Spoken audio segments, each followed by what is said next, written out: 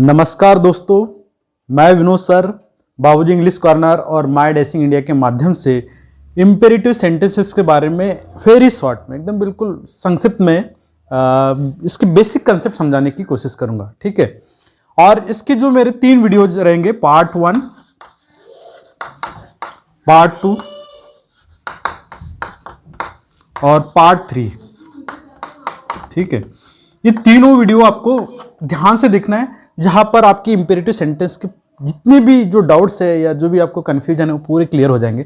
अभी इस video lecture में सिर्फ मैं उसका इंट्रोडक्शन बता रहा हूँ या उसके बेसिक कंसेप्ट को समझाने की कोशिश कर रहा हूँ। ठीक है, तो चलिए, इंपेरेटिव सेंटेंसेस ये जब हम इंग्लिश लैंग्वेज की बात करते हैं, है ना, या फिर स्पोकन इंग्लिश के लिए इंपेरेटिव सेंटेंस को जानना बहुत जरूरी है। इंपेरेटिव सेंटेंस के माध्यम से आप near about 30 to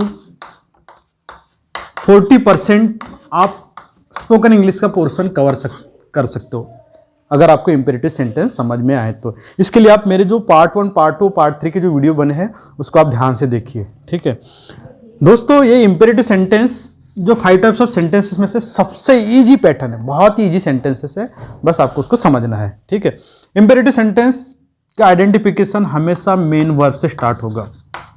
main verb से स्टार्ट होगा मतलब मेन वर्ब या वर्ब का फर्स्ट फॉर्म से इंपेरेटिव सेंटेंस कभी बने नहीं और ना कभी बनेंगे। मतलब इंपेरेटिव सेंटेंस मतलब वर्ब का फर्स्ट फॉर्म। ठीक है, इंपेरेटिव सेंटेंस मतलब वर्ब का फर्स्ट फॉर्म, मेन वर्ब। ठीक है, या जिसको हम वर्ब का फर्स्ट फॉर्म भी कह सकते हैं। ठीक है, मेन वर्ब या आप इसको वर्ब का फर्स्ट फॉर्म या कोई इसे V1 भी कहते हैं। ठीक है, आप अंडरस्टैंडिंग के लिए उसको V1 भी कह सकते हो, लेकिन उसको मेन वर्ब कह सकते हैं या वर्ब का फर्स्ट फॉर्म कह सकते हैं।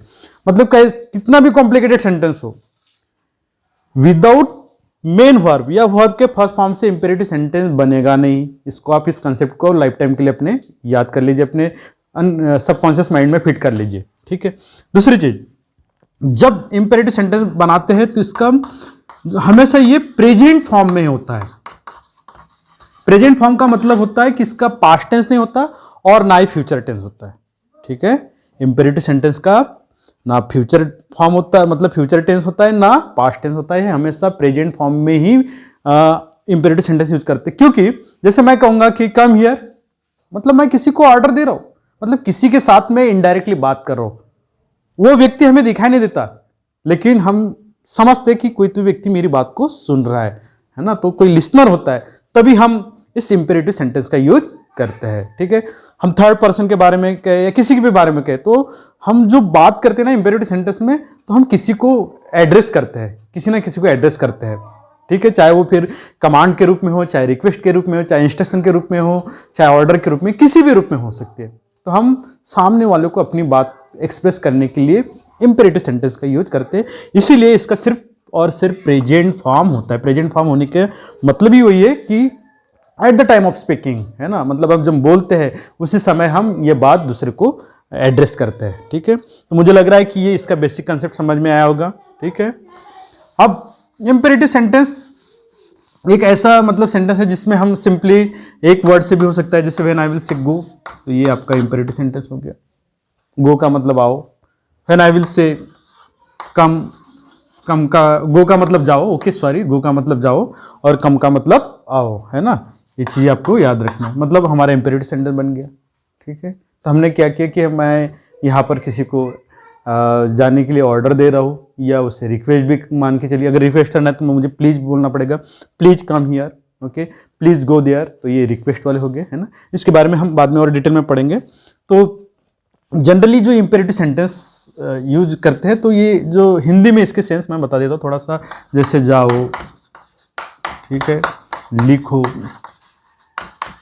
ठीक है, पढ़ो, ये सेंस में आता है। इसके थोड़ा सा मीनिंग भी बदलते हैं, है ना, ये होता है। और इंपेरेटिव सेंटेंस आपके एक वर्ड से लेकर तो आप मोर देन 20 वर्ड्स तक के भी आप इंपेरेटिव सेंटेंसेस फ्रेम कर सकते हो।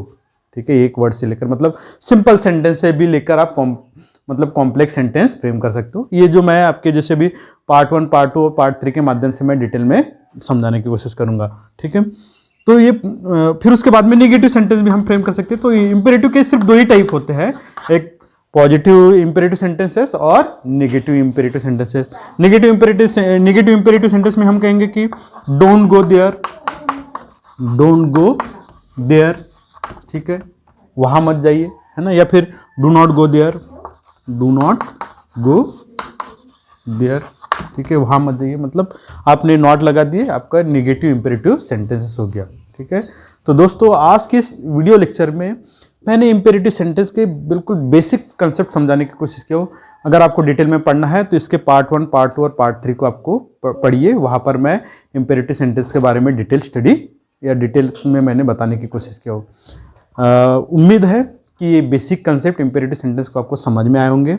ओके, अगर आपको ये वीडियो पसंद है तो ज़रूर लाइक कीजिए और इस चैनल को सब्सक्राइब कीजिए और इस वीडियो को ज़्यादा से ज़्यादा लोगों को शेयर कीजिए। अगर आप स्पोकन इंग्लिश की सीरीज को अगर आप डिटेल में पढ़ना चाहते हो, जहाँ पे मैंने 2000 स्ट्रक्चर फॉर स्पोकन इंग्लिश और रिटन इंग्लिश के बारे में मैंने जो सीरीज पब्लिश किया, तो बाबूजी इंग्लिश कॉर्नर को विजिट कीजिए, वहाँ पर आपको इसकी डिटेल स्टडी मिलेंगे।